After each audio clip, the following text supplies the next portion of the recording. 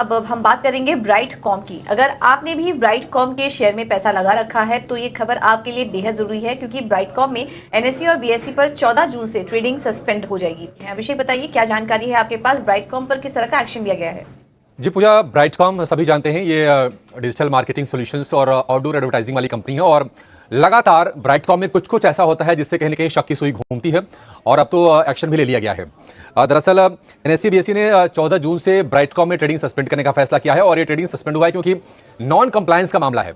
CB के मुताबिक 2014 से 15 तक 5 साल तक ब्राइटकॉम ने अपने खर्चों को घटाकर और मुनाफे को बढ़ा चढ़ाकर दिखाया। एक ये मामला है। दूसरा मामला यह है कि अभी मार्च तिमाही तो आप छोड़ दीजिए, सितंबर तिमाही और दिसंबर तिमाही के नतीजे भी अभी तक ब्राइटकॉम ने जारी नहीं किए हैं। तो एक मसला ये बनता है।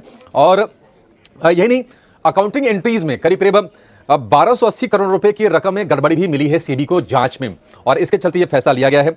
आपको बता दें कि करीब करीब 6.25 लाख रिटेल निवेशक हैं जो अब अपने आप को थोड़ा ठगा हुआ महसूस कर रहे होंगे और उनकी जो हिस्सेदारी है वो है करीब करीब 38% के आसपास का। अच्छा, अब यह है कि आगे क्या होगा ब्राइटकॉम में। दरअसल सीबी के मास्टर सर्कुलर के पालन तक ये ट्रेडिंग सस्पेंशन जारी रहेगा और 11 जुलाई 2023 को सीबी ने मास्टर सर्कुलर जारी किया था जो कि रिजल्ट जारी करने को लेकर होता है।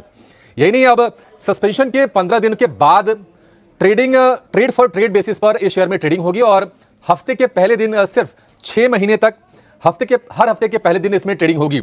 तो थोड़ी सी दिक्कत की बात है क्योंकि अब तो शायद ये शेयर जो है लगातार लोअर सर्किट भी यहां से दिखाता रहेगा।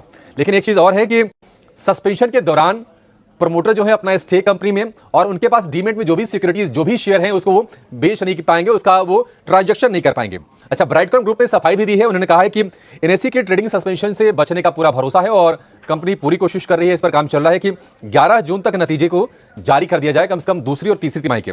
ब्राइटकॉम में प्रमोटर की जो स्टेक है वो करीब 18.5% के आसपास का है और बाकी जो स्टेक है करीब 81-82% के आसपास का वो पब्लिक के पास है। इसमें कई बड़े निवेशक भी हैं। आपको जानकर हैरानी होगी या फिर आप जानते होंगे कि शंकर शर्मा जैसे दिग्गज निवेशक ने भी ब्राइटकॉम में पैसा लगाया हुआ है। ग्लोबल फंड है वैनगार्ड, उनके 2 फंड्स के जरिए करीब 2.25% के आसपास की हिस्सेदारी है। LGOF ग्लोबल की करीब 2.5% की, शंकर शर्मा की 1% से ज्यादा की और सुब्रत साहा की इसमें 2% के आसपास की हिस्सेदारी है। अच्छा, ब्राइटकॉम पहले से भी पिछले कुछ सालों में लगातार ब्राइटकॉम सेबी के निशाने पर रहा है। दरअसल लिस्टिंग नियमों के उल्लंघन और नॉन कंप्लायंस के चलते सेबी के रडार पर रहा है।